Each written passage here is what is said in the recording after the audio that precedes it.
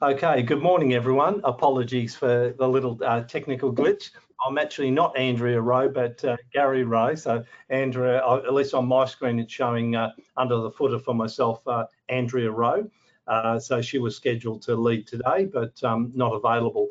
So I'm Gary Rowe, CEO of Safety Action, and welcome to our monthly webinar, where we just provide an update of the news of what's been happening in the last few weeks and the month, and essentially talk to the key things out of our last newsletter, which is the current one, the September newsletter, which you may be able to see in the background, part of the front page from our newsletter. And I've got joining me today Ben Olih, one of our safety consultants in our team, and he's going to talk to a couple of areas that he's doing a lot of work on of recent times, particularly with the fit testing, which has increased interest, fit testing of respirators because of the COVID pandemic, is particularly in the health sector, have started to think a little bit more about, are they giving the right level of protection for their aged care workers and healthcare workers? So we'll come back to Ben shortly, if I may. So let's kick off with the first article, which is Can You Spot a Liar? And so bear with me, maybe it's my sense of humour, but I recently read a book, Talking to Strangers, by Malcolm Gladwell, who's a fairly famous author of a number of books, including The Tipping Point. And I'd recommend that to anyone if you're interested to actually understand the tipping point in businesses and for safety, what actually a lot of people try to get good safety and it just doesn't work. Malcolm Gladwell talks about the tipping point, what gets it over the point where you actually start to achieve something. So he wrote this book about talking to strangers, and just the title appealed to me. And part of what he explained, he started with a couple of stories of Chamberlain talking to Hitler before World War II, and Chamberlain came back and said, look, I've met him 4 times now and I know who he is. I believe he's genuine. He's told me he'll only take over Czechoslovakia but no other countries. And of course we know from history that that was a total lie. That just sparked my sense of humour as well. And then he spoke about a CIA spy, but he was actually a Cuban spy in the CIA in America. He operated this is a well-documented case, by the way, it's not fiction, and he operated at high level within the CIA for decades before they actually found him out. And what I think every few months they've got to do a lie detector test, they do security checks, they do all sorts of things, particularly for the senior people and in sensitive areas. And none of the people who thought they were really good at counterintelligence, who interview people and look for signs of, oh, I can tell whether they're lying, that glint of the eye, the movement of the head or whatever, none of them picked that this person was a Cuban spy. He actually won awards, American awards within the CIA. He also got an award from the Cubans, from Fidel Castro, which I find rather amusing. So it actually started with that premise. Can we really spot a liar? And the first thing that he actually comes up with is that people think because they've met someone face to face, they're now better equipped to understand whether somebody's lying. And the premise of the book is that's not true. And I remember many years ago, if you talk about safety performance reviews, and all of us have performance reviews for work on a regular basis. And an American consultant many years ago told me, he said, Gary, you don't meet with people to do a performance review, you review their results. You don't have to meet them to know whether they've achieved their results or not. If you've got clear KPIs, you actually know whether they're a good achiever or not. This idea that you can know better by talking to them actually is a bit of a misnomer. And so I just wanted to share that with you, and maybe a couple of tips that you could look out for people that may be lying to you. And so he also mentioned, so why does this happen? And he comes up with a concept that we default to truth. So what does that mean? What this means is that we as humans, when somebody's talking to us, we believe, by and large, that they're telling the truth. We default to truth. And the only time we actually vary from that is when we have some overwhelming evidence that showed us that they're not. And what it shows is that many people, like fraudsters and people who run Ponzi schemes, etc., after the scheme collapses, people said, I knew something wasn't right, but I didn't know what it was. It just didn't sound 100% correct, but I believed he was still true. I thought there was an innocent answer to why it didn't all make sense. And what it showed is that people that have exposed Ponzi schemes and other major frauds have been these OCD people, these people, and they're classic auditors. They don't take people's word for it. They say, show me the documents, show me the fact and the truth of it. And so we get annoyed by auditors, particularly in safety occasionally, and some of our team, we audit people as well, of course. And but we actually do need those people that just say, look, show me the facts, where's the data, so they can understand this, and does that data trend correctly and make sense? And so with that, just understand, and why do we default to truth? What it tells us, and this is the data, people are lying frequently every day, but it's innocent lies. If somebody looked fat, what they're saying is, you don't say, oh, you look fat today. I mean, that's not how people talk to each other, particularly friends and family. So there might be innocent lies, you look well, you look good, you're fine. So understand that people are lying every day, but most of it is innocent and well-intended, if indeed that is the case. So the vast majority of information we get is true. Even from those people who are lying to us, the vast majority of the information and data in there is truthful. And they say it's only about 1% that may not be right. But we would be very tedious people if what we did is persist in checking every fact and every bit of information that people share with us. And so this is why human beings tend to default to truth, because it'd be tedious to do otherwise. And because it's only 1% is not correct information, we're right 99% of the time by defaulting to truth. So this is a normal human reaction. So let's just have a look. What might be a couple of tips that comes from Malcolm Gladwell? So he said people lie on average about 10 times a day. But as I said, it's largely innocent. Innocent people, when confronted with an allegation, will deny it categorically instead of talking around the issue. He suggested that people might get offended by the question. Oh, are you accusing me of lying? I'm an honest person. I work hard. I'm the hardest working person in this company. That is the classic flag for somebody who's avoiding to answer the question directly. Did you take the last chocolate? And so people, oh, I'm offended that you suggested I would take the last chocolate.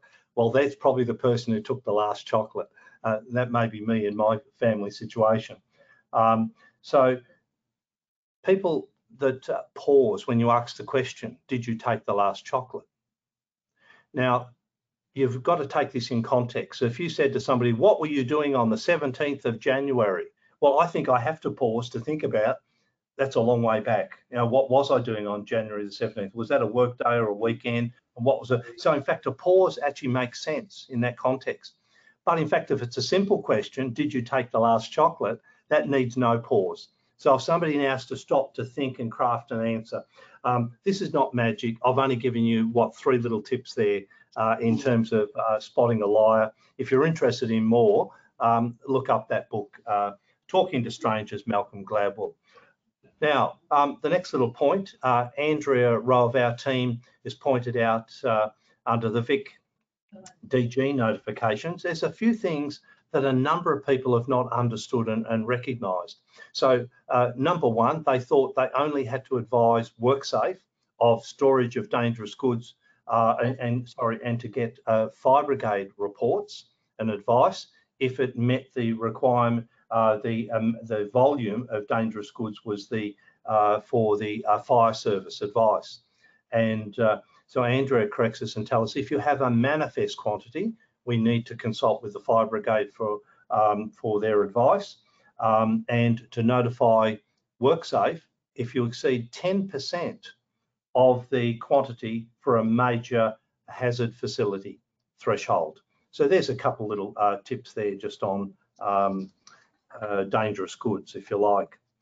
And just on another article we had in our newsletter this month, how to prevent COVID getting into your workplace. Now, we don't have all the answer, we don't have time, and most of us have been told repeatedly, almost to ad nauseum level in the media, about COVID, the COVID plans and protection. So I'm not going to waste your time on that this morning, but one of our good friends that we work with, LinkSafe, who do a lot of great IT solutions, very practical workplace-based solutions. So a lot of it's like pre-qualification, inductions, and keeping all of this online and having it live and up to date immediately in the field, whether somebody's done the right training, induction, right licenses to perform work. So this is one of the platforms. Just a little point we got from LinkSafe in the last couple of weeks was a reminder that you really want to look for touchless solutions moving forward, not just during the COVID pandemic, but remember, on average in Australia, we've had 2,500 people die of influenza each year in Australia, and nobody has raised an eyelid at that. Isn't that amazing? 2,500 die every year from influenza, but this year there's been a minuscule amount, much less. And the reason is all of the good hygiene practices and protection and social distancing has also greatly reduced the spread of colds, flu, etc. Through the community. So we're seeing some benefit coming from that. But so moving forward, this will also be a benefit, not just for COVID, but for general transmission of cold, flus and other things, touchless solutions. So QR codes, scan it on your mobile phone or any other device rather than touching in. A lot of people have sign-ins, traditionally to come to work. So avoid those sort of practices. Even visitors, they're going to pick up a pen that's been used by somebody else. Ideally, we want to look for contactless, touchless solutions. So if you're interested in that, you can either talk to Andrea, Ben, or any of our team, and they can put you in contact with LinkSafe as well if you're actually looking for the actual technology and the linkage to it.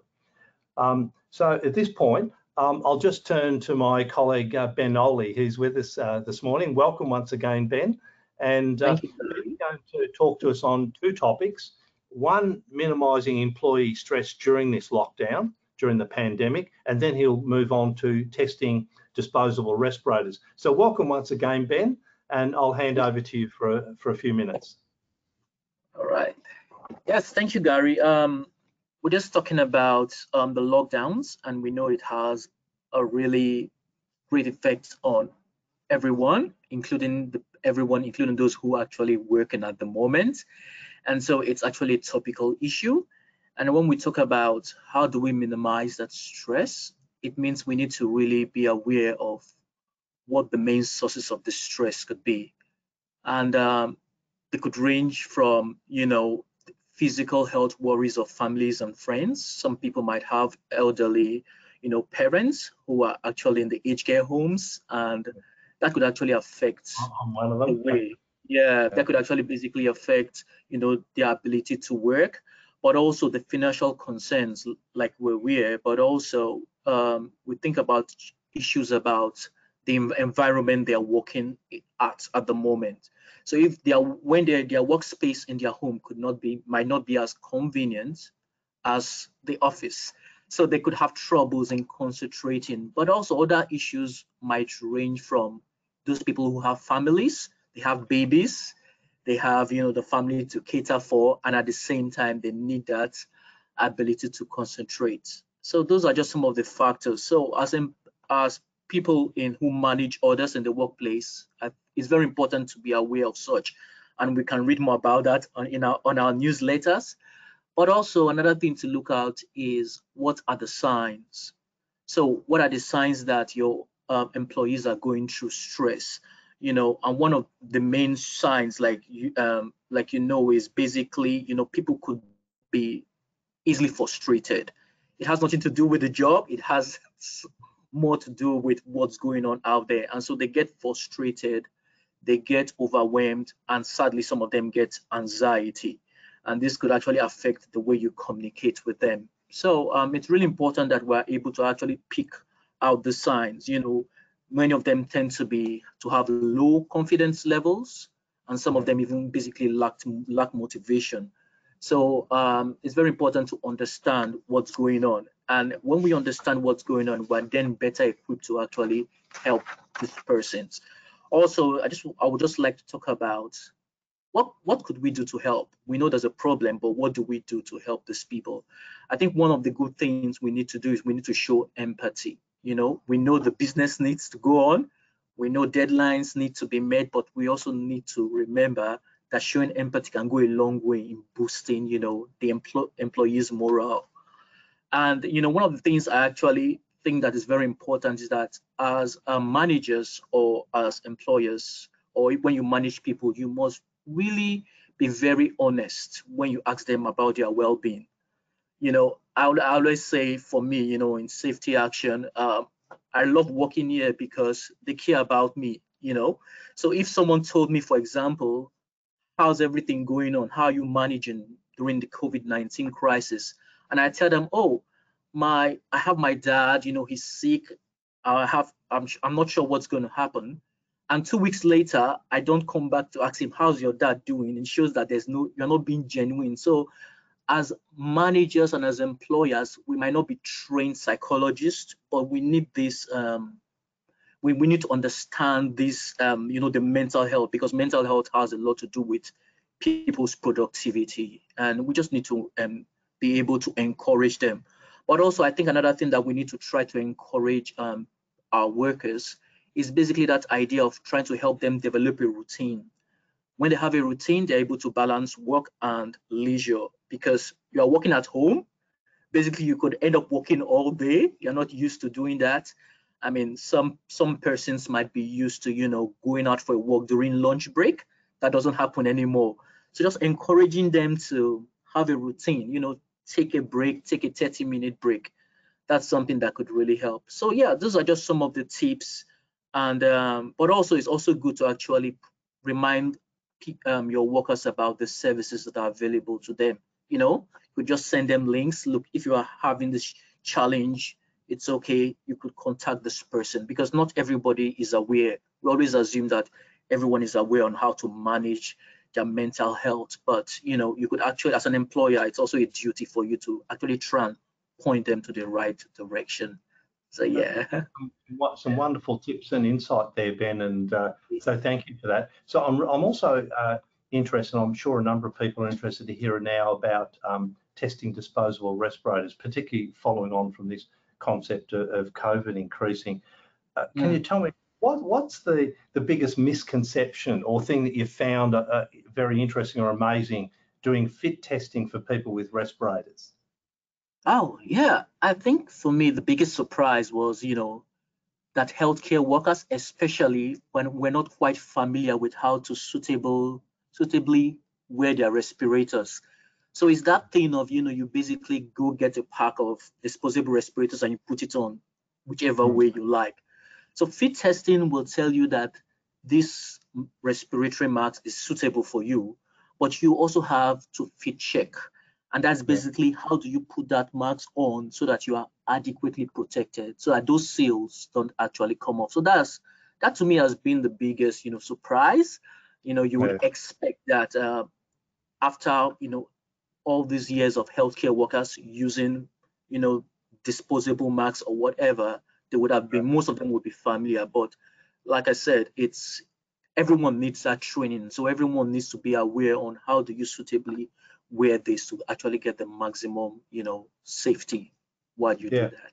So we have limited time, Ben, but just briefly, what is fit testing? What is it? What are the just basic little steps that you go through to fit test somebody? Oh, great. So basically, when we to just make it really simple, what we're actually doing is we're actually checking the seal between the respiratory mask and the face.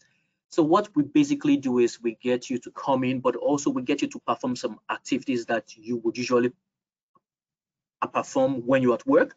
So we'll get you to do stuff like breathing normally, deep breathing, moving your head side to side, up and down, and get you to bend, maybe to your shoulder level or to your waist level. Now, all this is designed to actually cause stress, because while this is going on, the muscles of your face contracts and relaxes at different pace.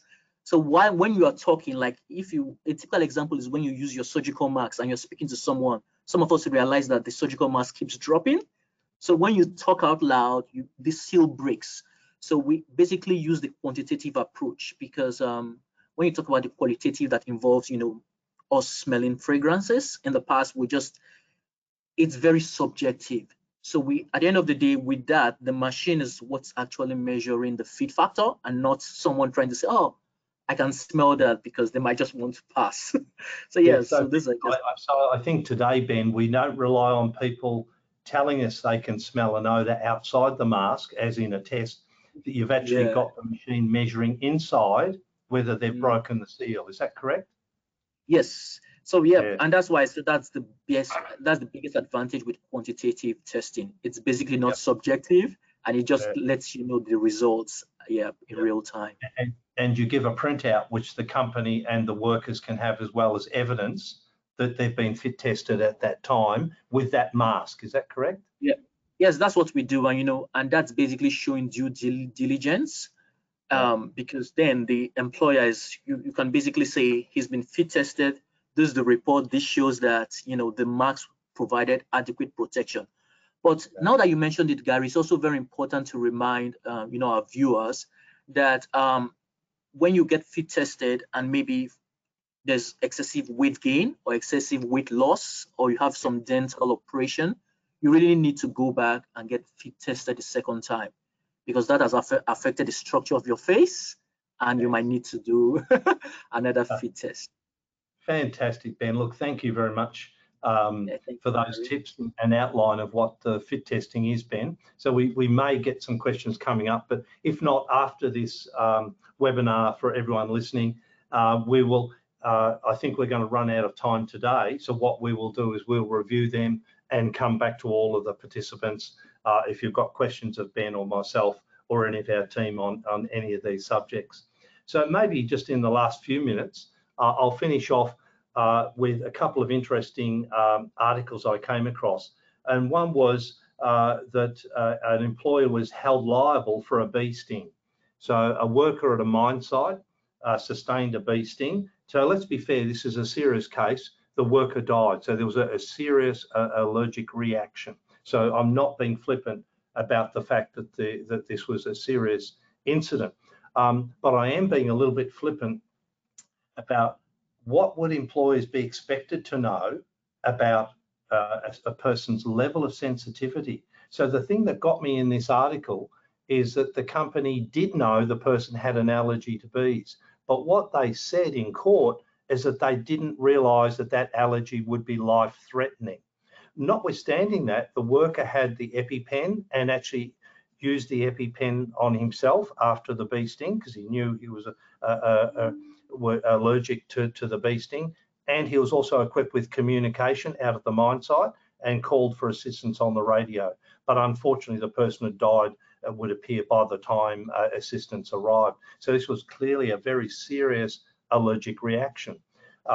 So the question is, I think our general questioning of our staff who are about to go out to a remote area, you might say, have you got any health issues that I need to be aware of as your employer to make sure that we can look after your safety? And if someone said, look, I'm allergic to bees, but I have an EpiPen, and by the way, I have a radio and I can call for help as well, you'd be thinking, oh, I'm not going to ban you from doing remote work or working alone within reason, as long as there's good communication and that immediate first aid was there and we could call for additional. And in this case, they were fined $60,000, the company. So in fact, the courts found in that case that the company should have made further inquiries and therefore was negligent. So this now leads into my final article and that I want to talk to. and it's a bit of a flippant heading, because it says COVID manslaughter charges for the government.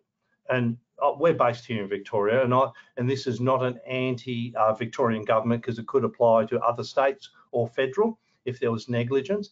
But a legal expert in one of the national papers recently wrote an article and said the government and the bureaucrats should be charged with workplace manslaughter for their level of negligence, particularly, let's go New South Wales, letting the people off the cruise ship that actually created most of the, or many of the New South Wales cases and spread some interstate, and a failure in Victoria to actually simply keep people in the quarantine hotels.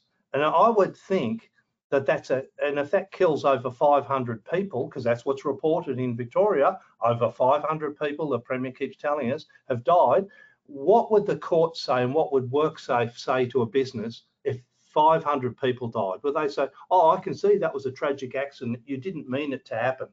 No, they would say you were negligent.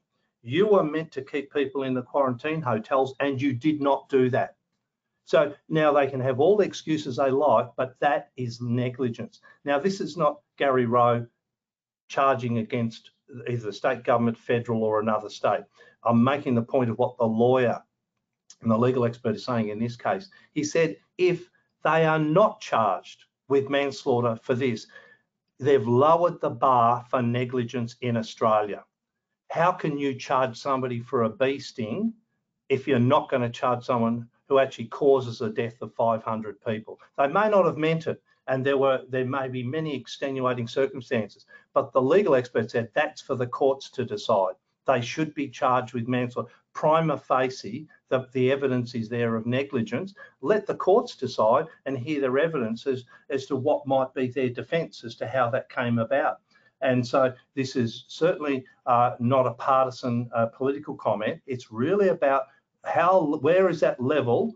Where's the level of negligence in Australia? And if you don't charge people who cause the death of 500 people, how can you charge somebody because one of their workers got a bee sting, which may not be near as predictable as if you don't manage quarantine hotels and people get out of there. And I think it was reported in Victoria, 95% of all the deaths have been related back to the quarantine breach. So they've looked at the genome sequence and they can actually trace it directly to that. This is not supposition, this is fact. So I just leave it, it's a level of the bar for negligence. It is not a political statement, please. As I said, it could be any party. If that's the failure, then what we should do is be consistent. Unfortunately, I don't think there's anyone brave enough in the Justice Department or WorkSafe to probably undertake this. But I just leave it out there. How can you possibly, in all honesty, tackle people for what I might call innocent, oh, I didn't realise it was that bad, I didn't think that could happen. They were telling us all along how serious COVID was, so why didn't they treat the simple little job? And the courts would argue keeping people in a quarantine hotel is not a difficult scientific question and was problematic. It was absolutely 100% guaranteed. It's the same as keeping people in prison. It's quite simple. If people are convicted of serious crimes and they're in prison, the government has a duty to keep them in prison. And how that is achieved is no mystery. And so they've failed to simply undertake a simple task, but it was an important task.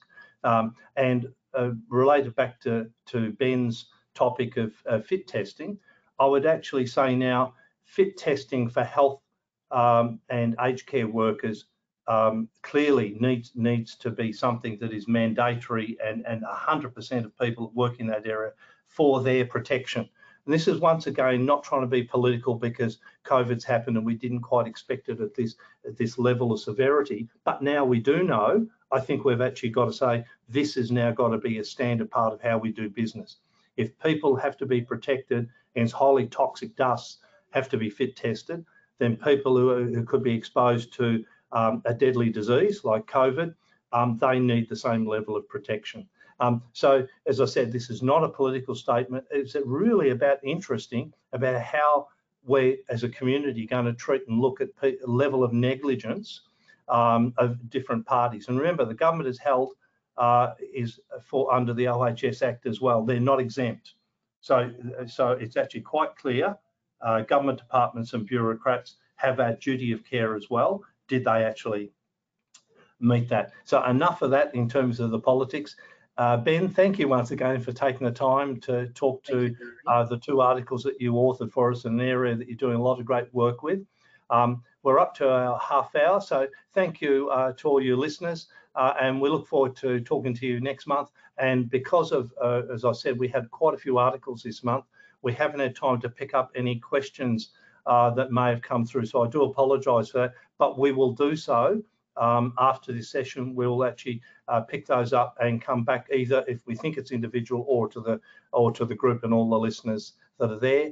And this webinar is also being recorded, so you or your friends can actually come back to it at some other later stage if you like. So thank you once again, everyone, and enjoy the rest of your week. Thank you.